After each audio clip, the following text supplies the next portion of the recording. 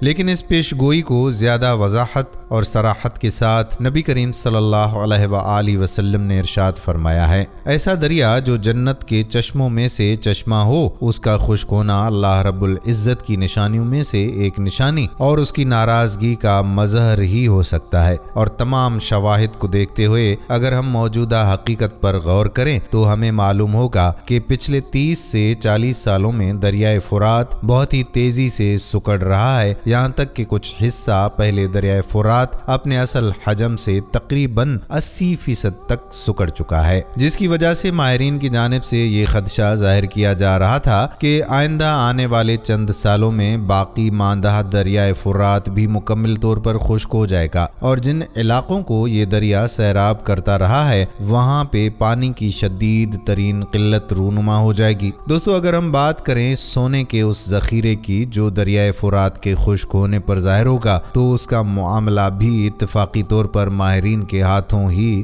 حل ہوا ہے۔ وہ یوں کہ دریائے فرات کے سکڑنے سے متعلق تحقیق کرنے والے ماہرین کی ایک ٹیم نے دریائے فرات کے کنارے رہنے والے لوگوں سے انٹرویوز کیے اور یہ جاننا چاہا کہ دریائے فرات کے سکڑنے کے بعد اس کے کم پانی میں موجود کم مچھلیاں اور دیگر انواع جس سے وہ لوگ اپنی روزی روٹی کماتے تھے، ان کے کم ہونے سے ان افراد کی زندگیوں پر بھلا کیا اثر پڑا ہے۔ ماہرین کی حیرت کی انتہا نہ رہی جب دریائے فرات کے کنارے بسنے والے ان خانہ بدوش ماہگیر لوگوں نے یہ بتایا کہ بے شک دریا سکڑ رہا ہے اور اس کے اندر مچھلیاں کم ہو رہی ہیں، جس کی وجہ سے مچھلیوں سے وابستہ کاروبار پہلے کی طرح نہیں رہے، لیکن دریائے فرات کے کناروں کی ریت میں آنے والا پانی سونے کے ذرات رکھتا ہے، اور ایسا پہلے کبھی نہیں ہوا، نہ ہی ہم نے اپنے آبا و اجداد سے ایسا کبھی سنا ہے۔ ان ماہی گیروں کے مطابق جب انہوں نے دریائے فرات کے پانی میں ملی ہوئی ریت کو چھانا تو اس میں سے سونے کے چھوٹے چھوٹے ذرات ملے۔ یہ اشارہ کرتا ہے کہ دریائے فرات کے نیچے سونے کا کوئی بہت بڑا ذخیرہ ہے جو مدفون ہے،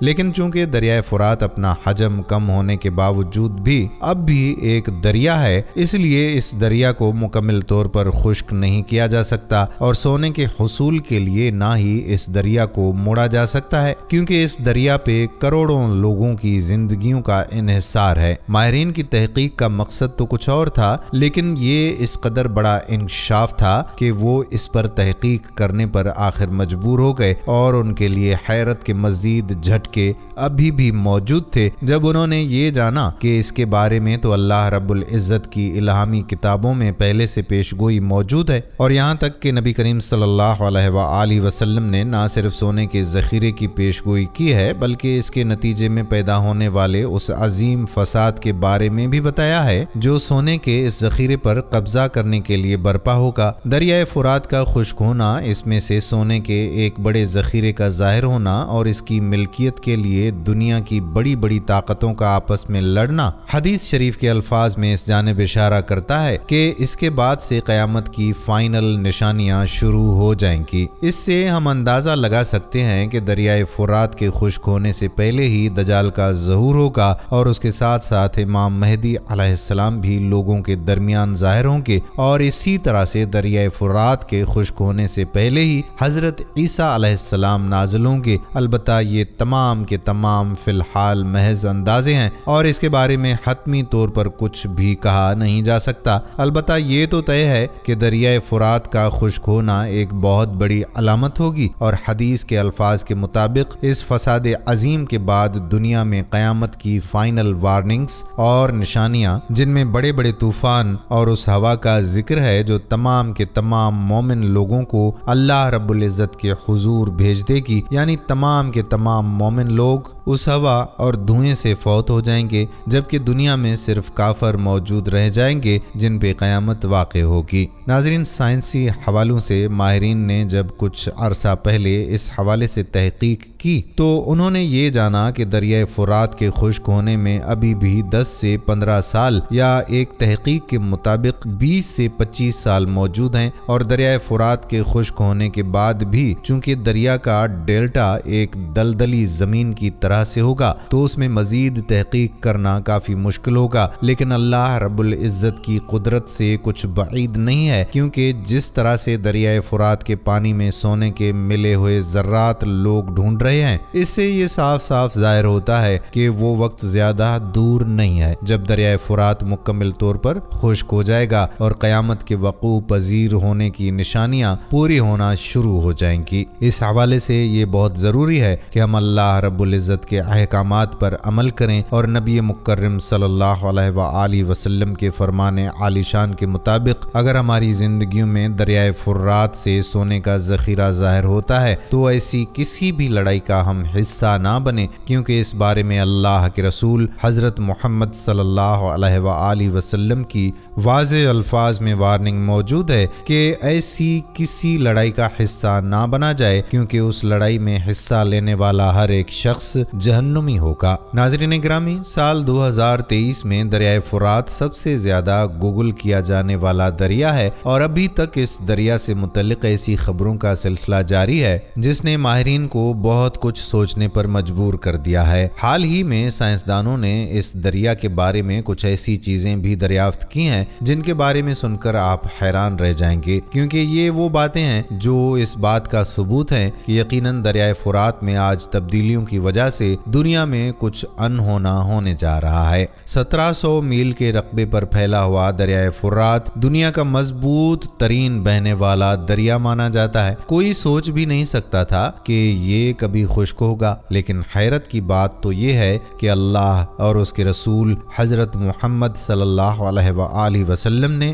آج سے 1400 سال پہلے یہ پیشگوئی کر دی تھی کہ قیامت کے قریب یہ دریا خشک ہو جائے گا۔ آج ہم دیکھتے ہیں کہ ہو بہو ویسا ہی ہو رہا ہے جیسا کہ احادیث مبارکہ میں وارد ہوا ہے۔ پچھلے 3 سے 4 سالوں میں دریائے فرات غیر یقینی حد تک تیزی سے خشک ہوتا جا رہا ہے، جس نے سائنسدانوں کو حیران کر کے رکھ دیا ہے، کیونکہ مسئلہ صرف اس عظیم دریا کے خشک ہونے تک تو محدود نہیں ہے۔ اصل مسئلہ اس وقت سامنے آتا ہے جب اس دریا کی خشکی سے جڑے ہوئے دوسرے واقعات کے بارے میں تفصیلات سامنے آئیں گی۔ ناظرین، سب سے پہلے آپ کو بتاتے چلیں کہ دریائے فرات کا خشک ہونا نہ صرف اسلام بلکہ عیسائیت میں بھی اتنی ہی اہمیت کا حامل جانا جاتا ہے۔ بائبل اور قرآن پاک دونوں میں کئی مواقعوں پر اس دریا کو لے کر گفتگو اور مختلف پیشگوئیاں کی گئی ہیں۔ بائبل کے مطابق دریائے فرات کے پانی کا اصل ماخذ جنت کا پانی ہے۔ یہ وہ دریا ہے جو مشرق کو مغرب سے الگ کرتا ہے، اور خدا کے علاوہ یہ بات کوئی نہیں جانتا کہ کئی صدیوں سے موجود اس عظیم دریا نے کتنی قوموں، کتنی تہذیبوں اور قبیلوں کو اپنے اندر دفن کیا ہے۔ قرآن مجید، فرقان حمید کے علاوہ دنیا بھر کی کئی مذہبی کتابوں میں بھی اس دریا کا ایک مقدس دریا ہونے کی حیثیت سے ذکر موجود ہے۔ اللہ تعالیٰ نے قرآن پاک میں بیان کیا کہ حضرت ابراہیم علیہ السلام کو جو زمین دینے کا وعدہ کیا گیا تھا، اس کے لیے اس دریا کو ایک حد کے طور پر مقرر کیا گیا تھا۔ ان ساری معلومات کا بنیادی مقصد آپ کو بتانے کا یہ تھا کہ دریائے فرات جغرافیائی اور سائنسی اعتبار سے تو اہم ہے ہی، لیکن اس کے ساتھ ساتھ اس کی مذہبی اہمیت سے بھی انکار نہیں کیا جا سکتا۔ قرآن پاک کے علاوہ پرانی سے پرانی مذہبی کتب میں بھی اس دریا کا ذکر ملتا ہے، جس سے یہ بات ثابت ہوتی ہے کہ جب سے یہ زمین وجود میں آئی تھی تب سے یہ دریا موجود ہے، اور کچھ سالوں پہلے تک اپنی اسی تیزی اور روانگی کے ساتھ بہتا رہا، لیکن پچھلے 3 سے 4 سالوں میں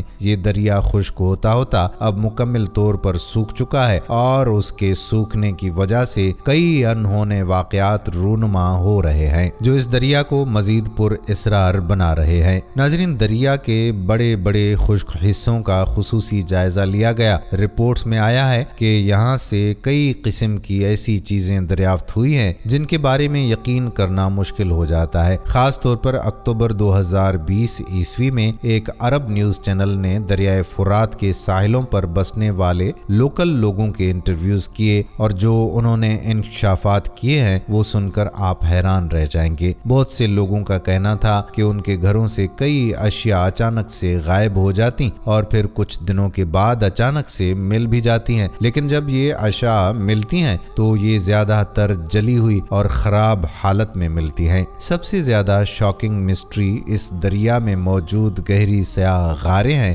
جو کہ دریا کی بالکل گہرائی میں موجود تھیں۔ عیسائی مذہب کے پیروکاروں کا کہنا تھا کہ یہ غار صدیوں سے شیطانوں کا گھر بنی ہوئی ہیں اور یہ نظریہ دریائے فرات کے کنارے بسنے والوں کی کہانیوں سے کافی ملتا جلتا دکھائی دیتا ہے، جس میں وہ کہتے ہیں کہ ان کے گھروں کی چیزیں غائب ہو جاتی ہیں اور انہیں عجیب و غریب آوازیں بھی سنائی دیتی ہیں۔ اسی طرح ہی ان کے ایک اور فرقے کے مطابق ان غاروں میں کچھ فرشتوں کو قید کیا گیا ہے جو مدد کے لیے پکارتے رہتے ہیں۔ ناظرین، فرشتوں کے وجود پر ایمان لانا ہمارے دین کا حصہ ہے، لیکن بحیثیت مسلمان ہمارا اس نظریے کو لے کر کوئی عقیدہ یا یقین نہیں ہے کہ ان غاروں میں شیطان بستے ہیں یا فرشتوں کو قید کیا گیا ہے، کیونکہ ایسی کوئی بات قرآن و حدیث سے ثابت نہیں ہوتی۔ البتہ دریا کی خشکی کو قرب قیامت کی ایک نشانی ضرور بتایا گیا ہے جس پر ہم مسلمان ایمان رکھتے ہیں۔ دوسری جانب مذہبی پیشواؤں سے ہٹ کر سائنسدانوں کی تحقیقات کو سامنے رکھا جائے تو ان آوازوں سے متعلق ان کا نظریہ بالکل الگ ہے۔ سائنسدان جب سمندری زندگی کا مطالعہ کرتے ہیں تو اس میں ان کے لیے سب سے زیادہ دلچسپی کا باعث آوازیں ہی ہوتی ہیں جنہیں وہ مختلف سائنسی ٹولز کی مدد سے ریکارڈ کرتے رہتے ہیں۔ سائنسدان ویل اور ڈالفن جیسی سمندری مخلوق کی گفتگو پر نظر رکھنے کے لیے ہائیڈروفونز نامی آلات استعمال کرتے ہیں۔ ہائیڈروفونز کی مدد سے جانوروں کی زندگی اور ان کے ماحول کو سمجھا جاتا ہے۔ زمین کی حرکت کی آواز سننے کے لیے ایک اور ٹول جیو فون استعمال کیا جاتا ہے۔ یہ آلات ناقابل یقین حد تک حساس ہیں اور زمین کے نیچے کی ہلکی سے ہلکی حرکت کی آواز بھی ریکارڈ کر سکتے ہیں۔ ہائیڈروفونز، جیو فونز اور جی پی آر کا استعمال کرتے ہوئے سائنسدان بہت حد تک یہ پتہ لگا لیتے ہیں کہ سمندر کی گہرائی یا زمین کے نیچے کیا ہو رہا ہے۔ سمندر کے اندر استعمال ہونے والا ہر سائنسی آلہ ایک مختلف قسم کا ڈیٹا ریکارڈ کرتا رہتا ہے اور ایک ساتھ مل کر سارے ٹولز سمندری دنیا کا مکمل میکینزم سمجھانے میں مدد دیتے ہیں۔ یہ اور بات ہے کہ ان آلات سے حاصل ہونے والے ڈیٹا کی تشریح کرنا ہمیشہ اتنا سیدھا نہیں ہوتا۔ جو ساری معلومات اکٹھے ہوتی ہیں انہیں سمجھنے کے لیے بھی سائنسدانوں کے علاوہ مختلف شعبوں جیسا کہ ارضیات، آثار قدیمہ اور یہاں تک کہ ثقافتی علوم کے ماہرین کی ضرورت بھی ہوتی ہے تاکہ وہ اس مخصوص جگہ کی ساری ہسٹری کو سامنے رکھتے ہوئے کسی نتیجے پر پہنچ سکیں۔ اور ناظرین، یہی وجہ ہے کہ دریائے فرات سے ریکارڈ کی جانے والی آوازوں کے متعلق فی الحال یقین سے کچھ بھی نہیں کہا جا سکتا۔ سائنسدانوں کا کہنا ہے کہ یہ آوازیں بہت مختلف نوعیت کی ہیں۔ جو آلات ان آوازوں کو ریکارڈ کرنے کے لیے استعمال کیے گئے وہ ابھی اتنے جدید نہیں ہیں کہ سمندر کی گہرائی میں ہونے والی مسلسل تبدیلیوں کو بھی نوٹ کر سکیں، اور دریائے فرات ایسا دریا ہے جس میں مسلسل تبدیلیاں ہو رہی ہیں۔ کچھ آوازوں کی فریکوینسی ایسی ہوتی ہے جنہیں سائنسدان سن نہیں سکتے یا ان کے آلات درست طریقے سے ریکارڈ نہیں کر سکتے، اس لیے بعض اوقات آواز ریکارڈ بھی ہو جائے پھر بھی اسے سمجھنا مشکل ہو جاتا ہے کہ یہ کس چیز کی آواز ہے، یہ کیا ظاہر کر رہی ہے۔ یہی وجہ ہے چونکہ دریائے فرات سے آنے والی آوازیں بہت غیر معمولی ہیں۔ ایک تو یہ بہت بڑا دریا ہے جو کہ بڑے پیچیدہ قسم کے راستوں اور جاندار قدرتی ماحول پر مشتمل ہے، اوپر سے وقت کے ساتھ ساتھ اس دریا کا ایک بہت بڑا حصہ خشک ہو چکا ہے۔ اس میں کئی تبدیلیاں روز نوٹ کی جاتی ہیں، لیکن سائنسی تحقیق کے لیے ضروری ہے کہ چیزیں کسی حد تک مستقل ہوں۔ لہٰذا اب جب کہ سائنس ابھی تک دریائے فرات کے مختلف حصوں، خاص طور پر گہری کھائیوں اور غاروں سے آنے والی عجیب و غریب آوازوں کو سمجھنے میں فی الحال ناکام ہو رہی ہے، تو مذہبی پیروکاروں کے لیے یہ زیادہ آسان ہو گیا ہے کہ وہ لوگوں کو اس بات کا یقین دیں کہ ان غاروں میں شیطان آباد ہیں اور یہ آوازیں ان شیاطین کی قید میں پھنسے کچھ فرشتوں کی ہیں۔ ناظرین، عیسائی مذہب کا یہ نظریہ مسلمانوں کے نظریے سے بالکل الگ ہے۔ بحیثیت مسلمان ہمارا اس بات پر ایمان ہے کہ اس دنیا میں ایسی کوئی طاقت نہیں جو اللہ کی مرضی کے بغیر کسی کو قید کر سکے۔ رہی بات ان خوفناک آوازوں کی، تو یقیناً آج یا کل سائنسدان اس بات کا کھوج لگا ہی لیں گے۔ تب تک ایک مسلمان ہونے کی حیثیت سے ہمارا فوکس یہ ہونا چاہیے کہ دریائے فرات کی خشکی سے ہم کیا سبق لیتے ہیں۔ کیا اس پیش گوئی کا پورا ہونا ہمارے لیے ایک یاد دہانی نہیں ہے کہ اس دنیا کو ایک دن ختم ہونا ہے اور ہمیں اگلی دنیا کی تیاری رکھنی چاہیے؟ ناظرین، یہاں ہم آپ کو دریائے فرات کی مزید اہمیت اور اس کی تاریخ بتاتے چلیں، جس سے آپ کو اندازہ ہوگا کہ کس طرح دنیا اس آخری جنگ کی طرف بڑھتی چلی جا رہی ہے، جس کا تذکرہ احادیث مبارکہ میں بھی موجود ہے۔ ناظرین، یہ دریا ترکی سے گزرتا ہوا عرفہ کے شہر کے پاس شام کے علاقے میں داخل ہوتا ہے۔ عرفہ وہی شہر ہے جہاں سیدنا ابراہیم علیہ السلام کو نمرود نے آگ میں پھینکا تھا اور آگ اللہ کے حکم سے سرد ہو گئی تھی۔ آج بھی بلند پہاڑی پر وہ دو ستون استادہ ہیں جن سے باندھ کر حضرت ابراہیم علیہ السلام کو منجنیق نما بڑی غلیل سے نیچے جلائی گئی بلندیوں کو چھوتی ہوئی آگ میں اچھال دیا گیا تھا۔ آج اس آگ والی جگہ ایک خوبصورت تالاب ہے جس میں رنگ برنگی مچھلیاں تیر رہی ہوتی ہیں۔ جرابلس کے شہر کے پاس سے گزرتا ہوا یہ دریا اس بڑے صحرا نما میدان میں داخل ہوتا ہے جہاں آماق اور دابق کے مقامات ہیں۔ یہ وہی مقامات اور صحرا ہے جہاں رسول اکرم صلی اللہ علیہ وآلہ وسلم نے اس بڑی جنگ کی پیش گوئی کی ہے جس میں اہل روم یعنی یورپ 80 جھنڈوں تلے اکٹھا ہو کر لڑنے آئیں گے اور ہر جھنڈے تلے 12,000 سپاہیوں کے یعنی 9,80,000 انفینٹری۔ اتنی بڑی تعداد بیک وقت ایک محاذ پر کسی جنگ میں آج تک استعمال نہیں ہوئی۔ عراق میں یہ دریا لمبار کے علاقے سے داخل ہوتا ہے۔ اسی دریا کے کنارے کربلا کا میدان ہے جہاں نواسۂ رسول سیدنا امام حسین علیہ السلام کی المناک شہادت ہوئی تھی۔ قرب و جوار میں حضرت علی علیہ السلام کا نجف ہے۔ یہ دریا اپنے ہم رکاب ذرا فاصلے پر بہنے والے دریائے دجلہ کے ساتھ ساتھ بہتا ہوا آپس میں مل کر شط العرب کے مقام پر خلیج فارس میں ڈوب جاتا ہے۔ سیدنا ابراہیم علیہ السلام سے لے کر آج تک یہ دریا لاتعداد اہم واقعات کا شاہد ہے۔ انہی دونوں دریاؤں کے درمیان دنیا کی قدیم ترین تہذیب میسوپوٹیمیا آباد تھی جو 3000 سال قبل مسیح سے بھی پرانی ہے۔ اسی دریا کے کنارے کنارے حضرت ابراہیم علیہ السلام نے اپنا سفر شروع کیا۔ مکہ کی وادی میں خانہ کعبہ کو اس کی بنیادوں پر استوار کیا۔ سیدہ حاجرہ اور حضرت اسماعیل علیہ السلام کے حوالے یہ مقدس سرزمین کی اور خود یروشلم میں چلے گئے جہاں آج بھی الخلیل میں ان کا مزار ہے۔ اس پورے سفر کے ہر شہر اور علاقے کو یہودی مقدس مانتے ہیں اور اسے واپس حاصل کر کے آخری زمانے میں قائم ہونے والے عالمی یہودی سلطنت میں شامل کرنا چاہتے ہیں۔ اسی فرات اور دجلہ کے درمیان واقع ڈیلٹا میں قادسیہ کی جنگ ہوئی تھی جہاں اپنے زمانے کی عالمی قوت ایران سیدنا عمر فاروق رضی اللہ تعالی عنہ کے زمانے میں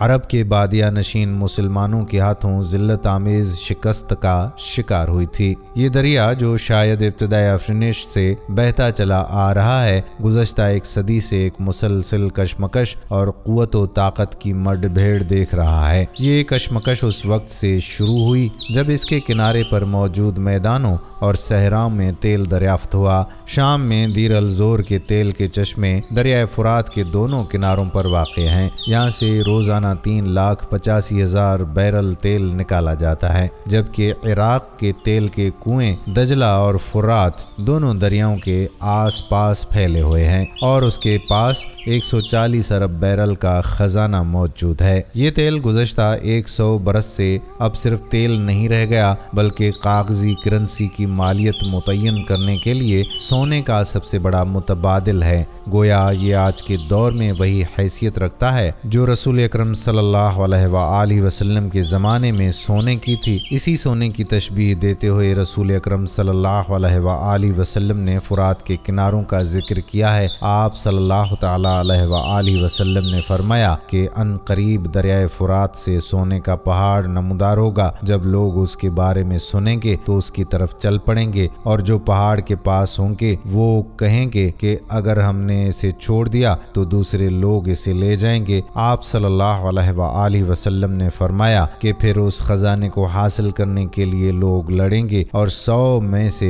99 قتل ہو جائیں گے۔ بحوالہ صحیح مسلم۔ یہ ہے اس جنگ کا آغاز اور اختتام کے بارے میں بھی حدیث صحیح مسلم اور نعیم بن حماد کی کتاب الفتن میں ہی ملتی ہے۔ جابر بن عبداللہ رضی اللہ تعالی عنہ سے روایت ہے کہ حضور نبی کریم صلی اللہ علیہ وآلہ وسلم نے فرمایا کہ وہ وقت قریب ہے جب عراق والوں کے پاس نفیر یعنی غلہ اور درہم یعنی پیسے نہ آئیں۔ ہم نے عرض کیا کہ کس سبب سے؟ تو آپ صلی اللہ علیہ وآلہ وسلم نے فرمایا کہ عجم روک لیں گے۔ پھر کچھ دیر خاموش رہنے کے بعد کہا کہ وہ وقت بھی قریب ہے جب اہل شام پر بھی یہ پابندی لگا دی جائے۔ پوچھا گیا کہ یہ پابندی کس طرف سے ہوگی؟ آپ صلی اللہ علیہ وآلہ وسلم نے فرمایا اہل روم یعنی مغرب والوں کی طرف سے۔ پھر تھوڑی دیر خاموشی کے بعد ارشاد فرمایا کہ میری امت میں ایک خلیفہ ہوگا جو لوگوں کو مال لپ لپ بھر دے گا اور شمار نہیں کرے گا۔ اس کے بعد آپ صلی اللہ علیہ وآلہ وسلم نے قسم کھائی اور فرمایا اس اللہ کی قسم جس کے قبضے میں میری جان ہے، اسلام یقیناً اپنی پہلی حالت کی طرف لوٹے گا جس طرح کہ اس کی ابتدا مدینے سے ہوئی تھی۔ بحوالہ صحیح مسلم۔ یعنی فرات پر سونے کے پہاڑ کے لیے ہونے والی جنگ 100 میں سے 99 افراد کی جان لے لے گی، اور اس کے بعد امام مہدی یا خلیفہ مہدی مسلمانوں کی قیادت کریں گے۔ اس جنگ کا آغاز اس وقت ہو گیا تھا جب 1912 عیسوی میں تیل دریافت ہوا تو خلافت عثمانیہ نے ترکش آئل کمپنی بنائی۔ اس کے ٹھیک 4 سال کے بعد 6 نومبر 1916 عیسوی کو برطانیہ نے عراق سے جنگ کا آغاز کیا اور 1917 عیسوی میں بغداد پر قبضہ کر لیا۔ حجاز میں انگریزوں کا ساتھ دینے والے شریف مکہ حسین بن علی کے بیٹے فیصل کو فرات و دجلہ کی سرزمین کا سربراہ بنا دیا گیا۔ 1932 عیسوی میں عراق کو آزاد کیا گیا تو 3 سال کے بعد 1935 عیسوی میں فرات کے کنارے ایک بہت بڑی شیعہ سنی لڑائی شروع ہو گئی جو 1 سال چلتی رہی اور ہزاروں انسانوں کی جانیں لے گئی۔ دوسری جنگ عظیم شروع ہوئی تو ایک عرب قوم پرست رشید علی عقیلانی نے جرمنی کی مدد سے بغاوت کر دی اور عراق پر قبضہ کر لیا۔ اسی وجہ سے برطانیہ نے عراق پر حملہ کیا۔ اس خون ریزی معرکے میں برطانیہ نے فتح حاصل کی، لیکن پھر تقریباً 7 سال یعنی 26 اکتوبر 1947 عیسوی کو برطانوی فوجیں عراق میں رہیں۔ اس وقت سے لے کر آج تک یہ خطہ مسلسل حالت جنگ میں رہا ہے۔ بیرونی حملہ آور نہ بھی تھے تو آپس میں کبھی شیعہ سنی معرکے اور کبھی قوم پرست عرب یا دیگر کرد قوم پرست حکومت سے الجھتے رہے اور فرات کے کنارے انسانوں کا خون بہتا رہا۔ اسرائیل کے ساتھ بھی 2 جنگیں ہوئیں، 1948 عیسوی میں اور دوسری 1967 عیسوی میں۔ دونوں جنگوں میں دریائے فرات پر آباد لوگوں نے ذلت آمیز شکست کھائی۔ 1980 سے 1988 تک چلنے والی ایران عراق جنگ 10 لاکھ انسانوں کا نذرانہ لے گئی۔ صدام حسین کا عراق پہلے سوویت یونین کی سیاست کا اکھاڑا تھا اور اس کے پڑوسی ایران پر خطے کا امریکی تھانے دار رضا شاہ پہلوی برسر اقتدار تھا، لیکن آیت اللہ خمینی کے ایرانی انقلاب نے پورے خطے میں وفاداریوں کی بساط الٹ کر رکھ دی۔ فرات کے کنارے آباد صدام حسین کے عراق نے ایران کو کمزور جانا اور اس پر جنگ مسلط کر دی۔ اس 8 سالہ جنگ میں 10 لاکھ لوگ لقمہ اجل بن گئے۔ جنگ ختم ہو گئی۔ صرف 3 سال امن کے گزرے تھے کہ امریکہ نے عراق پر حملہ کر دیا۔ اس سے پہلے صدام حسین کو اکسایا گیا کہ کویت پر قبضہ کر لو، اور پھر فروری 1991 عیسوی میں عراق کی اینٹ سے اینٹ بجا دی گئی۔ جنگ میں شکست کے بعد وہاں کی شیعہ اور کرد آبادی کو صدام حسین کے خلاف بغاوت پر اکسایا گیا۔ بدترین لڑائی ہوئی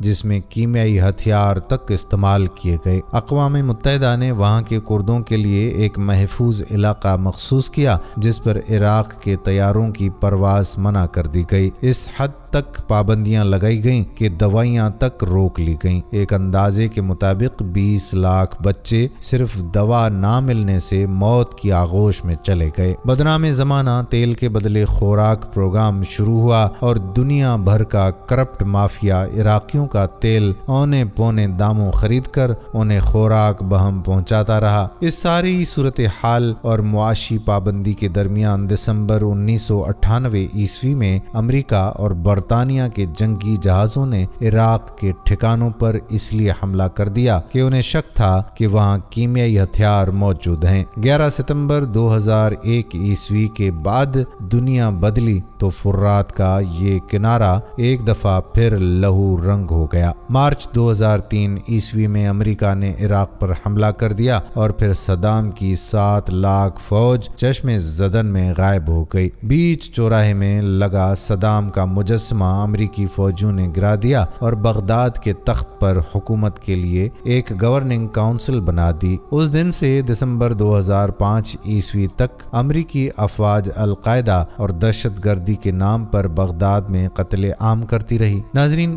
کیسی کہانیاں ہیں جو اس دور میں منظر عام پر آئی ہیں۔ ابو غریب جیل میں انسانوں پر کتے چھوڑنے سے لے کر جنسی زیادتی تک سب کچھ ہوا۔ فلوجہ، موصل اور کرکوک کے شہروں کو بار بار محاصرے میں لے کر دہشت گردوں کی تلاش کے نام پر عام شہری تشدد اور قتل و غارت کا نشانہ بنے۔ جون 2006 عیسوی میں امریکیوں کے ہاتھوں ابو مصعب زرقاوی کی شہادت کے بعد معاملات تھوڑے ٹھنڈے ہوئے، لیکن پھر شدید قسم کی شیعہ سنی جنگ کا آغاز ہو گیا۔ سمارا کے علاقے میں خودکش بمبار کے ہاتھوں لاتعداد شیعہ زائرین جاں بحق ہوئے تو معاملہ مزید گمبھیر ہو گیا۔ اگست 2007 عیسوی میں کرد اور شیعہ لیڈران وزیر اعظم نور المالکی کے حق میں اکٹھے ہو گئے، لیکن یہ کسی سنی لیڈر کو ساتھ نہ ملا سکے۔ خلیج بڑھتی گئی۔ یہی وہ دور تھا جب عراق میں بلیک واٹر کی موجودگی کا پتہ چلا،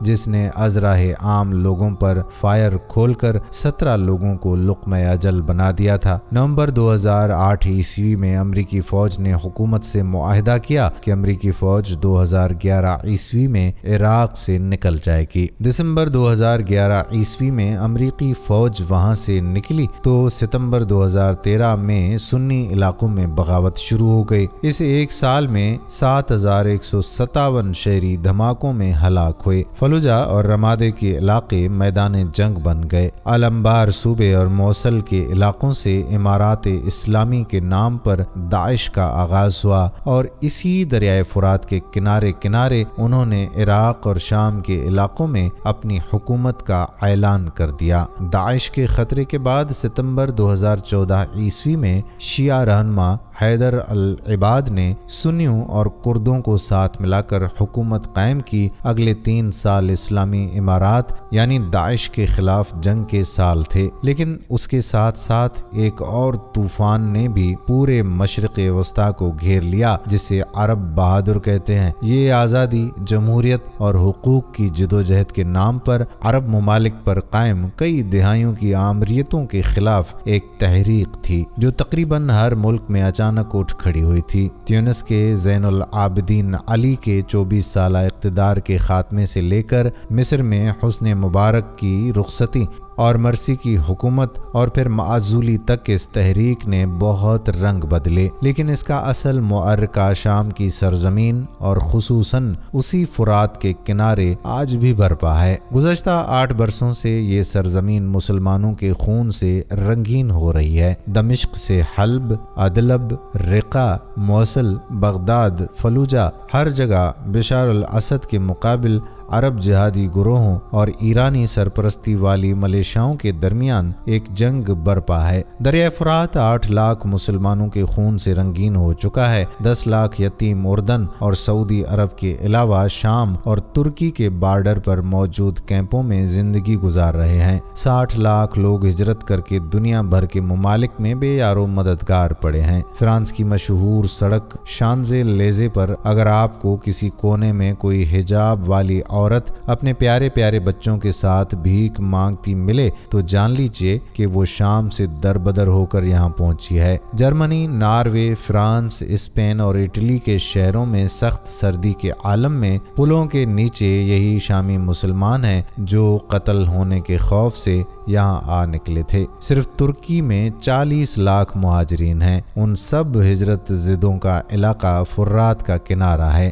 دیر الزور ہو یا حلب، فلوجہ ہو یا موصل، ہر جگہ صرف اور صرف قتل و غارت نظر آئے۔ لبنان کے بیروت سے لے کر ایران کے سرحدی علاقے اردبیل تک کا یہ خطہ آج ایک بہت بڑی جنگ کی آگ میں جھونکا جا چکا ہے، جس کا اشارہ رسول اکرم صلی اللہ علیہ وآلہ وسلم نے فرمایا تھا۔ قاسم سلیمانی کی امریوں کے ہاتھوں شہادت بہت بڑا واقعہ ہے۔ یہ واقعہ اس پورے خطے کو اس جنگ کی طرف لے جا چکا ہے جس کا اشارہ آپ صلی اللہ علیہ وآلہ وسلم نے فرمایا تھا۔ حضرت کعب رضی اللہ تعالی عنہ سے روایت ہے کہ آپ صلی اللہ علیہ وآلہ وسلم نے فرمایا، مشرقی سمندر دور ہو جائے گا اور اس میں کوئی کشتی بھی نہ چل سکے گی، چنانچہ ایک بستی والے دوسری بستی میں نہ جا پائیں گے۔ بحوالہ ابن ماجہ۔ یہ اشارہ آبنائے ہرمز کی طرف ہے جو تقریباً 21 میل چوڑی ہے، لیکن اس میں صرف 2 میل چوڑائی ایسی ہے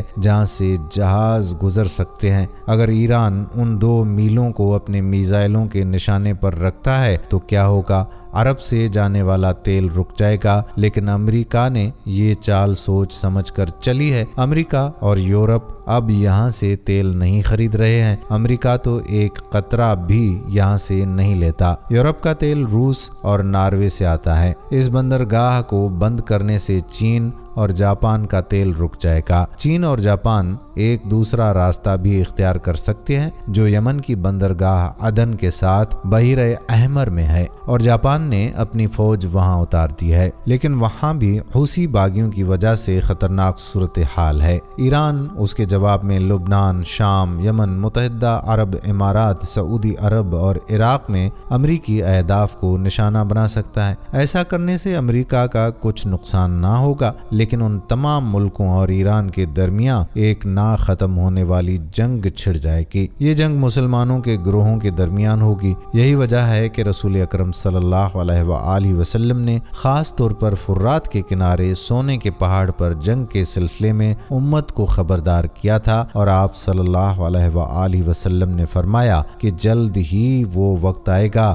جب دریائے فرات میں سونے کا پہاڑ نمودار ہوگا، پس جو شخص اس وقت موجود ہو اس خزانے میں سے کچھ نہ لے۔ لیکن شاید ہم مسلمانوں میں سے دونوں گروہ باز نہ آئیں، اس لیے آپ صلی اللہ علیہ وآلہ وسلم نے فرمایا، سب سے پہلے فارس والے ہلاک ہوں گے اور پھر ان کے پیچھے عرب والے۔ بحوالہ کتاب الفتن، نعیم بن حماد۔ اس آگ سے دور رہو، اس جنگ سے علیحدہ ہو جاؤ کہ یہ صرف مسلمانوں کا ہی آپس میں خون بہائے گی۔ اللہ رب العزت سے دعا ہے کہ اللہ پاک ہمیں اور ہمارے ایمان کو ایسی کسی بھی آزمائش سے محفوظ رکھے اور ہمیں سیدھی راہ پر چلتے ہوئے ایمان کی سلامتی کے ساتھ اپنے حضور پیش ہونے کا موقع عطا فرمائے، آمین۔ ناظرین، یہ تھی ہماری آج کی ویڈیو۔ ہم امید کرتے ہیں کہ آپ کو ہماری آج کی ویڈیو ضرور پسند آئی ہوگی۔ اگر آپ کو ویڈیو پسند آئی ہے تو اپنے دوست و احباب کے ساتھ شیئر ضرور کیجیے گا۔ اگر آپ نے ابھی تک ہمارا یوٹیوب چینل نور اسلامک سبسکرائب نہیں کیا تو چینل کو سبسکرائب کر کے بیل آئیکن کو پریس کر لیں تاکہ یہاں پر جتنی بھی ویڈیوز اپلوڈ ہوا کرتی ہیں ان کا نوٹیفیکیشن آپ کو بر وقت ملتا رہے۔ آنے والی ویڈیو تک اب ہم آپ سے اجازت چاہتے ہیں۔ فی امان اللہ۔ السلام علیکم ورحمۃ اللہ وبرکاتہ۔